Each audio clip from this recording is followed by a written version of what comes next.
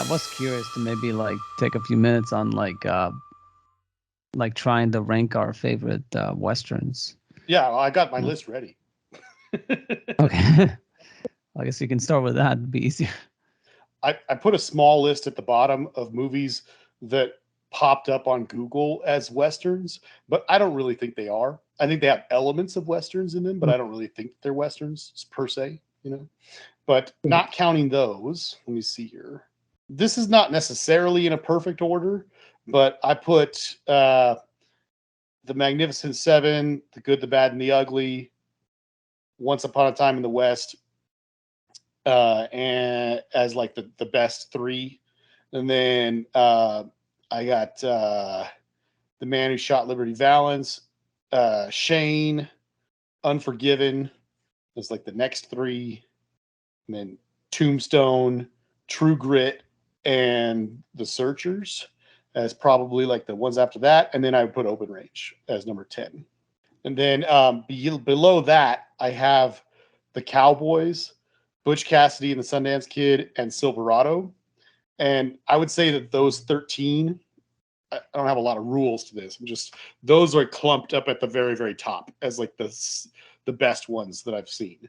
Um, and then I have a whole section below that that are just really damn good movies, but not clearly below what I just said. You know, not in as good of a category, which I put like Hell or High Water, No Country for Old Men, Django Unchained, The Hateful Eight, Fistful of Dollars, Duck You Sucker, and High Noon. Mhm. And then the list goes on and on from there. Like then another drop down to still very good movies, but like got stuff like where was it? Blazing Saddles, Back to the Future 3, Red River, City Slickers, The Quick and the Dead, Maverick, a lot of stuff from the 90s actually. Young Guns, Quigley Down Under, and then below all that, probably like Desperado, McClintock, Hostels, The Proposition, The Revenant, which I guess that counts as a western, I guess. Dances with Wolves, The Sisters Brothers. You remember when we watched that, Gil? Yeah. Yeah. That's a pretty decent movie. Not amazing, but you It know, was interesting. yeah. A Few Dollars More, News of the World, and Assassination of Jesse James by the coward Robert Ford. And then below that, I have even further down. This would now we'd be getting down into like the sevens and sixes and stuff like that. Things like Paint Your Wagon, Ravenous, 310 to Yuma, The Good Dinosaur, which is another questionable one. I don't know if that really counts as a western or not. It feels like one. Um, but yeah, you know, Dead Man, Three Amigos, Shanghai Noon, Five Goes West. um. And then if you Yeah. get It's. really, really far down, I'll skip a whole bunch because we don't want to list all of these movies. Way, way, way down at the bottom, you got movies with like they're not horrendously bad, but they're definitely like bad, got really big problems, like the remake of the Magnificent Seven or American Outlaws or Appaloosa. And then way below all that would be just bad movies like Power of the Dog, Wild Wild West, Rango, stuff like that. Yeah. I mean, to me, it's tough. I feel like I need to put them in like tiers or categories of categories more than anything because like the spaghetti westerns, like classic westerns, modern westerns, like to pick two from each basically. Because if I had to pick like two Sergio Leone, it would be like Good, the Bad, and the Ugly, and Once Upon a Time in the West. That's what I did. Yeah, and from the John Wayne ones, The Searchers was good. I think I liked the. Shane also is from that same period. I feel like I like Shane better than The Searchers. Um, and I then do.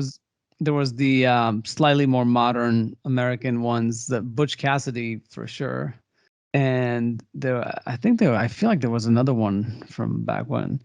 But yeah, those are like I feel like the big ones for me, and Open Range might make it into the top 10. I can definitely see that. And High Noon High Noon is another one from the black and white classics that I feel like stands out. But it would be tough for me from here. Like Tombstone from the modern ones would probably make it. Into But top 10, you mean? top 10, because I think I'm at about like 7, 8 now. I think you So are. I think it's tough for me to like name 10 that really stand out. I mean, there's ones that I like, but not ones that I love. Like these are like the ones that I pretty much like love, like have no almost no issue with. But westerns are tough. You know, there's a lot of good ones, but at the same time, I definitely need to see Magnificent Sevens again because I haven't. There's also the Wild Bunch. Yeah. I think it was highly recommended. I thought about putting that on my list somewhere, but it's been so long since I saw it. I mostly just remember the action scenes, and I don't really remember the movie that well, so I didn't want to kind of like place it anywhere. I felt it was unfair. Yeah, no, I definitely need to watch that. But maybe this will give me a good excuse to do that. What about you, Matt? Well, Once Upon a Time in the West is definitely on the top of my list because I mean it's generally in my top 20 of like any movie of any genre ever. Damn good movie. Yeah. I mean, The Good, the Bad, and the Ugly also has to be up there, but I still place Once Upon a Time in the West higher. The Oxbow incident is definitely one that I think very like way too few people have seen nowadays. I haven't seen it. Yeah. So I mean, even for a movie that came out like in the glory days of Henry Fonda and everything, it was kind of an unconventional Western.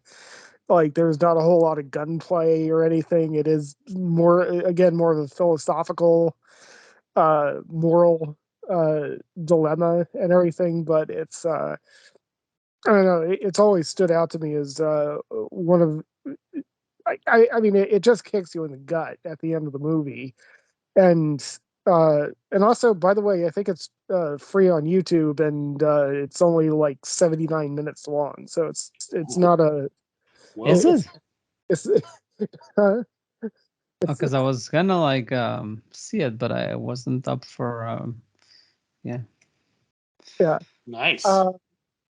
Yeah. Also, definitely one of Sam Peckinpah's lesser known films, Pat Garrett and Billy the Kid, is definitely up there as one of my Yeah. all time favorites.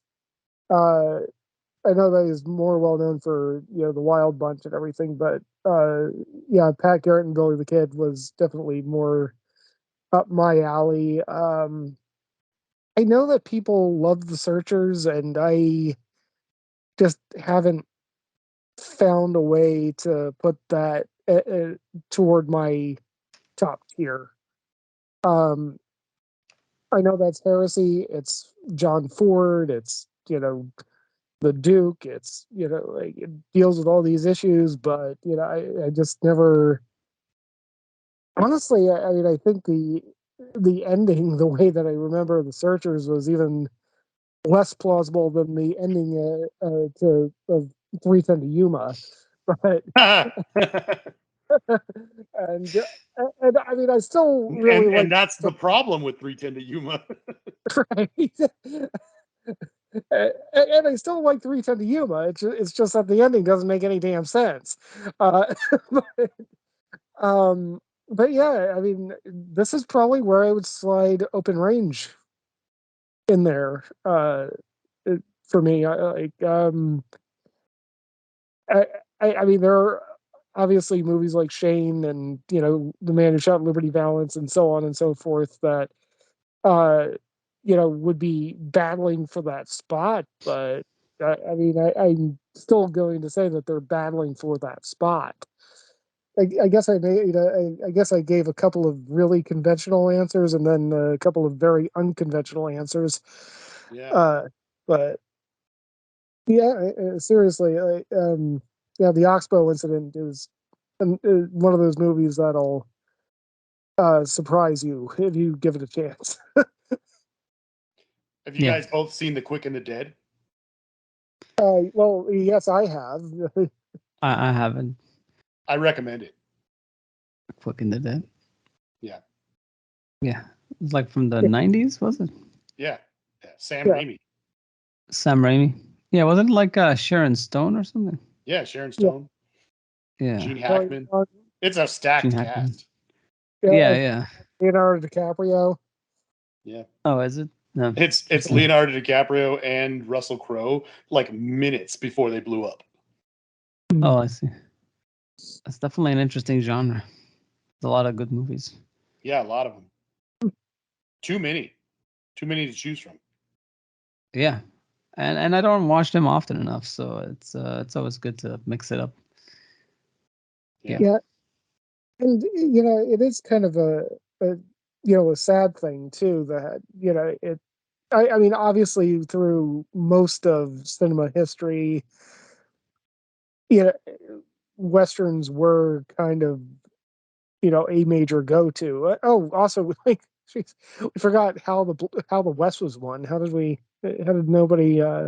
Probably because I actually haven't seen it. Oh, yeah, me neither. I think. Good. Okay, so the difficulty with that is it was shot in Cinerama. Oh, really? Yeah, so so we have no way of really watching it in its true form.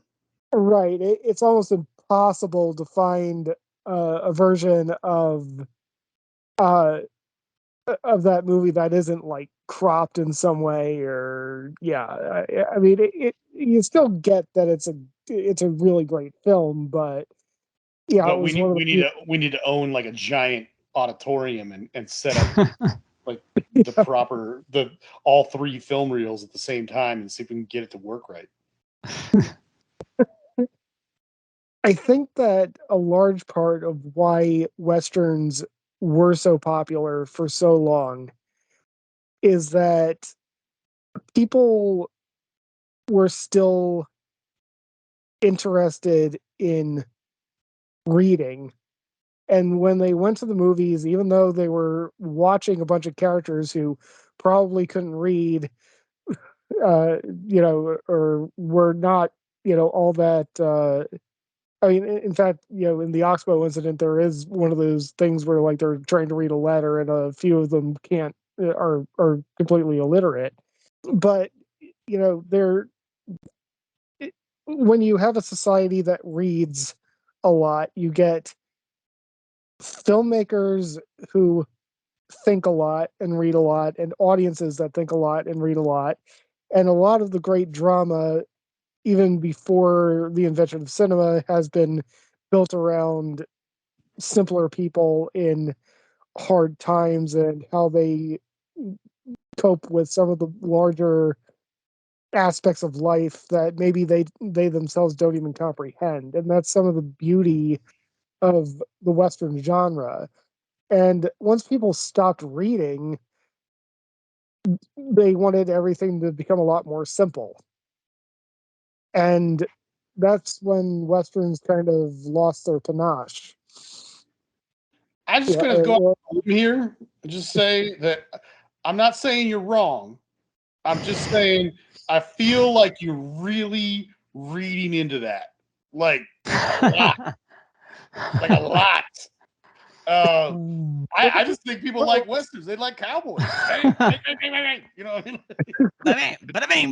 mean? And then over time is people get sick of stuff. And then enough time goes by and someone's like, I got a great idea for a western again, like Silverado or something, and then it's like, oh, and then they're back in vogue again. Yeah. No, I think it's the action. It's the opposite of like if courtroom dramas are talking, then westerns are that only for action. Is the fact that like there are all these guns and people and renegades and lawlessness, or at least like a lot of ambiguity about like who was in charge and all these like outposts, that it's got built-in tension, the small towns, the stranger coming in. Yeah. and coming across the local criminals. It's yeah, that's basically the plot of Yojimbo, and what's called a fistful of dollars. It's yeah, that like the lone man that can take on the kind of the Rambo in a way. That's where it all started. Like the one guy that can like get on, like take on everybody in a shootout. It's just got built-in conflict. It's just so easy to write to it, like within that genre. Well, I mean, there is a certain case for that. I mean, it's like what Joss Whedon said about, how like space movies have that kind of built-in thing where, okay, yeah, your ship is broken. Oh, big deal. Yeah, but you're in space and your ship is broken. You know, what the hell are we gonna do? It's kind of a mirror of that, and like you can understand how that conflict can kind of be low hanging fruit. I mean, gee, some of that low hanging fruit turned into some really insightful uh, journeys into how people think. And, I mean, there are so many Westerns out there that, really, if you think about it, you might as well be reading a parable out of the Bible with what they're trying to tell you. Yeah, no, they're very definitely morality tales and things like that. Yeah, the better of them. Um, yeah. Sure. Matt, you're going to confuse our listeners, all 7 or 8 of them, so much. Okay. I don't want to criticize because, like, for once you're saying something positive, but like, I mean, just a few, I don't know what we call these episodes, whatever ago, I brought up that was it Much Ado About Nothing, and you said your favorite thing about it was that Joss Whedon didn't write it. And I'm like, I was so frustrated with you because it's like we used to live together. I showed you Firefly, and you said that that the episode Out of Gas, which he wrote and directed, was possibly one of the greatest things ever put on television. Those are your words. And then you go a few years later, well, a decade later, whatever, and you're saying that your favorite thing about one of his movies was that he didn't write it. You're all over the place. You're all over the place, Matt. I understand where you're coming from. A broken clock is right twice a day. Wow. See, I shouldn't have said anything. You see, our Is that broken clock wow. Joss Whedon or you? I think he's with the comeback. Yeah. That was funny. Yeah, no, but obviously, like everybody has like hits and misses for sure. But Yeah.